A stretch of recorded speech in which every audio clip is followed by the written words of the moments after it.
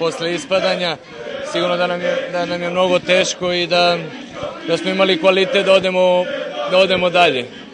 Pogotovo utakmica i prvo poluvreme protiv Australije gde smo sigurno trebali 2-3 gola da imamo razlike. Ništa, tuga ogromna, idemo dalje. Atmosfera je bila odlična, mislim da pokazuje i da smo se prvi put posle ne znam koliko generacija vratili svi zajedno, svi otišli se vratili zajedno, tako da ne bi ništa komentarisao. Imali smo dobru želju, imali smo, kako da kažem, zaista peha. Ja sam rekao da fudbal prema nama nije bio pravedan, jer naša igra zaslužila mnogo više.